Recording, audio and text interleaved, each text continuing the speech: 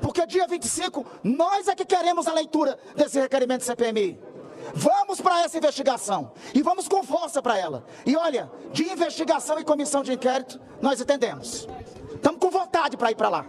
Estamos com desejo de ter essa investigação. Se estão obstruindo por essa CPMI, ouçam bem claramente. Queremos a investigação. Queremos porque no 8 de janeiro, tiveram 3 vítimas desse país. A República, a democracia e o atual governo. Nós não fomos os algozes do 8 de janeiro, nós somos as vítimas. E é por isso que naquele dia prendemos mais de 1000. E é por isso que nós temos sequenciadamente feito as operações conduzidas pelo Supremo Tribunal Federal, conduzidas pela Polícia Federal, prendendo os delinquentes que atentaram contra os símbolos da pátria brasileira. Então, se a razão da obstrução é a tal da CPMI, vamos à investigação, em todos os cantos que ela esteja. Não prejudiquem o povo do Recife, não prejudiquem o povo pernambucano por conta disso. Aliás, não deveria prejudicar em lugar nenhum. Talvez seja por isso que vocês não têm voto lá no Nordeste. É porque a lógica de vocês é sempre prejudicar o povo pobre desse país. Eu estive na oposição há 4 meses. Há 4 meses.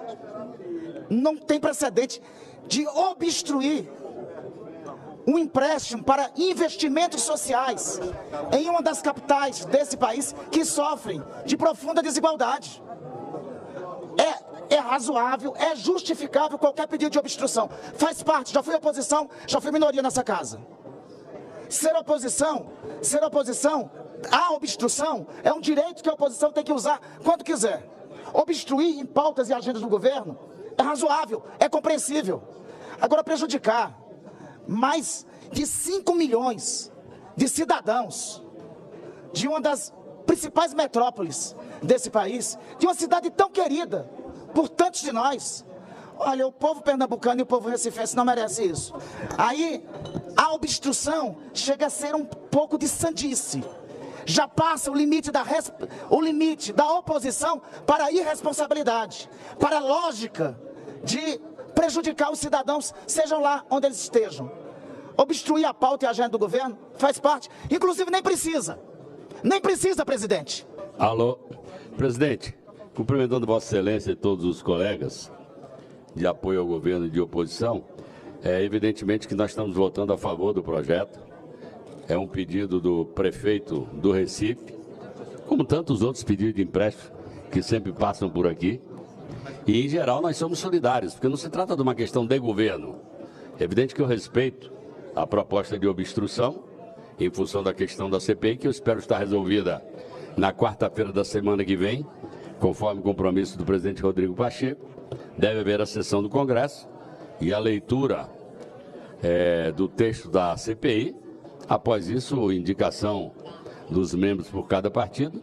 Mas eu só peço vênia, com todo respeito aos colegas de oposição, nem se trata da minha terra, mas se trata do Nordeste, que aqui não é uma matéria de governo, aqui é uma matéria do empréstimo para a capital do estado do Pernambuco.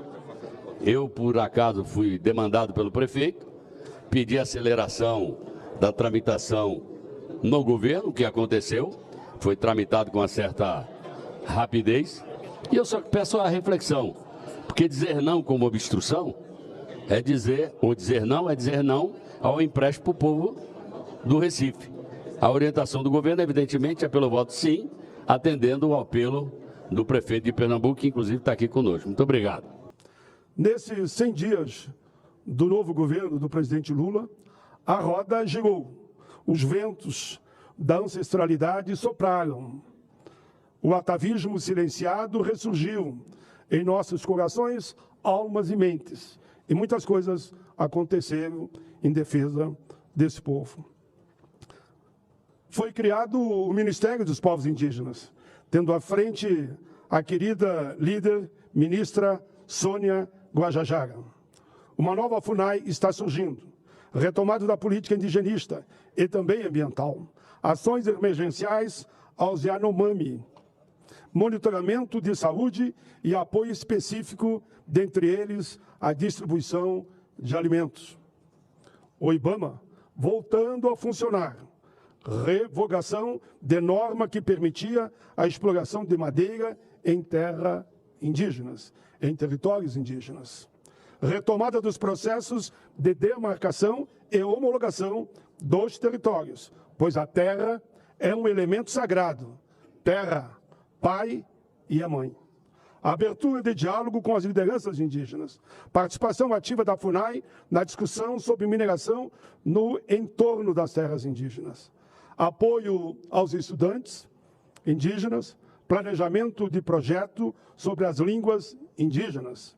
Encaminhamento para a criação da rede intersetorial de proteção social para os povos indígenas do Amazonas. O Ministério dos Povos Indígenas estabeleceu várias parcerias com outros ministérios. A ministra Sônia Guajajara estará presente no dia 10 de maio na Comissão de Direitos Humanos do Senado. Eu diria que a ministra Sônia Guajajara é respeitada em todo o planeta como uma grande líder, defensora do meio ambiente, da vida na sua plenitude.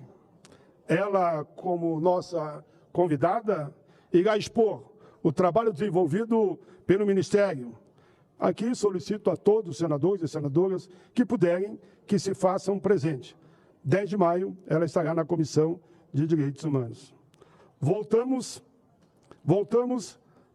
tenho certeza, a respeitar os povos originários. Mas a luta continua. Ko, Ive, Oke, Reko, Iará. Significa, na língua indígena, uma delas, claro, essa terra tem dono. Frase lembrada por todos nós, que entrou para a história do cacique Sepete Agaju, que no ataque às nossas fronteiras, ele disse: alto lá, essa terra tem dono. Muitos tombaram em todos esses anos, décadas, século, pelas armas de Castela, pela ganância dos homens, pela crueldade dos que nada sentem, pela falta de humanidade. Entre tantos mártires, destacamos alguns rapidamente, do povo indígena: Sepete Agaju, Ângelo Caincangue, Chicão Chuguru, Jorge dos Santos, Dorival Guarani, Galdino Pataxó. Foram tantos que aqui eu citei somente alguns.